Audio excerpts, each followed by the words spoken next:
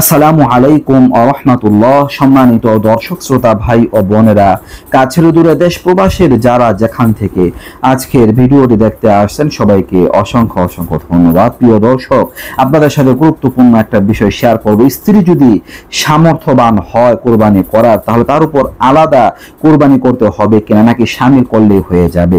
প্রিয় দর্শক, যদি স্ত্রী সামর্থ্যবান হয়, কোরবানির বিধানটা হচ্ছে যেই ব্যক্তি জিলহজ মাসের 10 তারিখ সুবহ সাদিক থেকে নিয়ে 12 জিলহজ সূর্যাস্ত পর্যন্ত এই সামর্থ্যবান হবেন, নেশাব পরিমাণ সম্পদের মালিক হবেন, 7.5 ভরি স্বর্ণ বা 52 তোলা রূপা বা এই সম পরিমাণ অর্থের মালিক হবেন, সে স্বামী হোক বা স্ত্রী, তার উপর কোরবানি করা ওয়াজিব হবে, আলাদা কোরবানি করা ওয়াজিব হবে।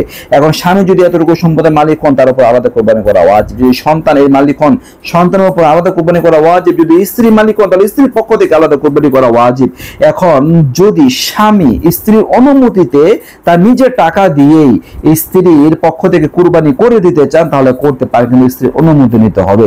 অনুমতি নিয়ে, যদি সামর্থ্যবান হয়, অনুমতি নিয়ে তার পক্ষ থেকে কোরবানি করলে স্ত্রীর পক্ষ থেকে আদায় হয়ে যাবে, স্ত্রীর উপর আলাদা কোরবানি করা ওয়াজিব নয়। হ্যাঁ, তবে যদি স্ত্রী সামর্থ্যবান না থাকেন, যদি গরিব থাকে, তার টাকা পয়সা যদি আলাদা না থাকে, তাহলে সেই ক্ষেত্রে স্ত্রীর উপর কোরবানি করা ওয়াজিব হবে না। তবে যদি এরপরেও স্বামী যদি সামর্থ্যবান হন আর একটা গরু আনেন, স্ত্রীর পক্ষ থেকেও যদি করেন, সন্তানের পক্ষ থেকেও যদি করেন, যদি গরিব থাকে তারা, তাহলে প্রত্যেকের পক্ষ থেকে আদায় হবে এবং সবাই সবের ভাগী হবে। তো আশা করি বুঝতে পারছেন, মাসালা জানতে পারছেন। নিত্য নতুন আরো ভিডিও পেতে সবাই পাশে থাকবেন। এই পর্যন্তই। আসসালামু আলাইকুম ওয়া রাহমাতুল্লাহ।